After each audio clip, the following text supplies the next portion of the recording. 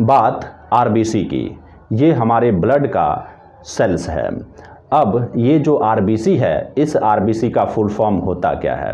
तो इस आरबीसी का फुल फॉर्म होता है रेड ब्लड कार्पल्स, या आप इसको रेड ब्लड सेल भी बोल सकते हैं।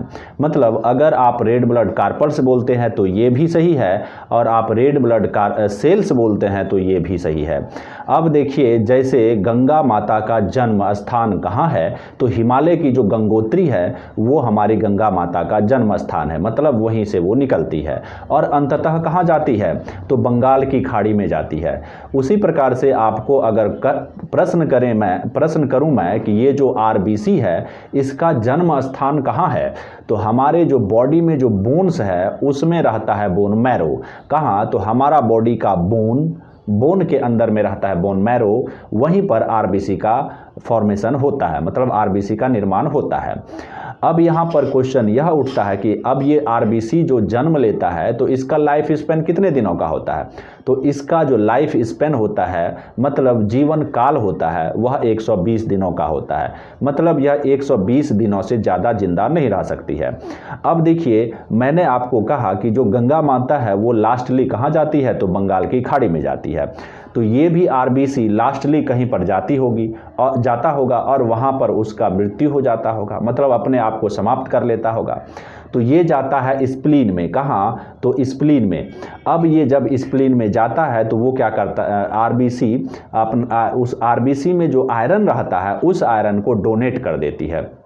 अब देखिए, हमारे समाज में कुछ ऐसे मनुष्य भी पाए जाते हैं जो जाकर के जो दान करने वाला जगह होता है, अंगों का दान करने वाला जगह होता है, वहाँ पर जाकर के पहले ही वो अपना नाम, पता वगैरह सारा चीज़ लिखा देते हैं कि मेरे मृत्यु होने पर आप मेरे अंगों को ले सकते हैं, बिल्कुल फ्री ऑफ कॉस्ट।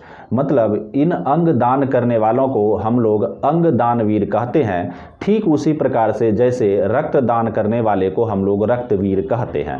अब देखिए, हमारा जो ये भारत देश है ये महान देश में से एक आता है, मतलब सबसे महान की अगर बात करें तो हमारा ही देश है, क्योंकि यहाँ पर दानवीर जैसे आदमी, बहुत सारे ऐसे महापुरुष हुए जो कि दानवीर हुए। जैसे इनमें एक बहुत ही महत्वपूर्ण नाम आता है दानवीर कर्ण।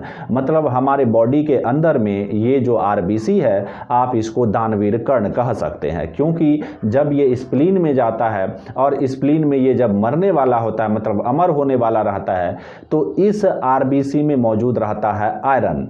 क्या, तो आयरन। ये आयरन किसको दे देता है, तो स्प्लीन को दे देता है, और स्प्लीन इसको स्टोर कर लेता है। तब फिर उसके बाद ही हमारा ये आरबीसी का देहांत होता है, या बोले अमर हो जाता है।